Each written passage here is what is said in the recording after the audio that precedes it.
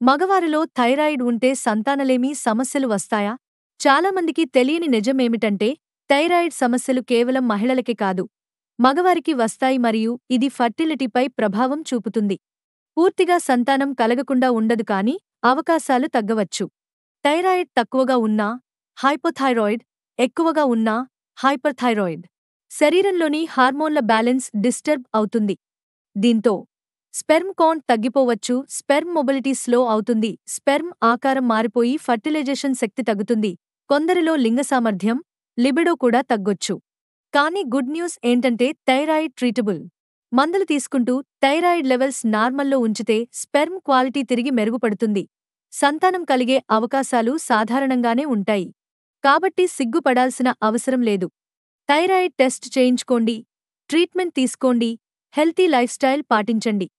సమస్యను తెలుసుకోవడం మీ పేరెంటింగ్ జర్నీలోనే మొదటి అడుగు.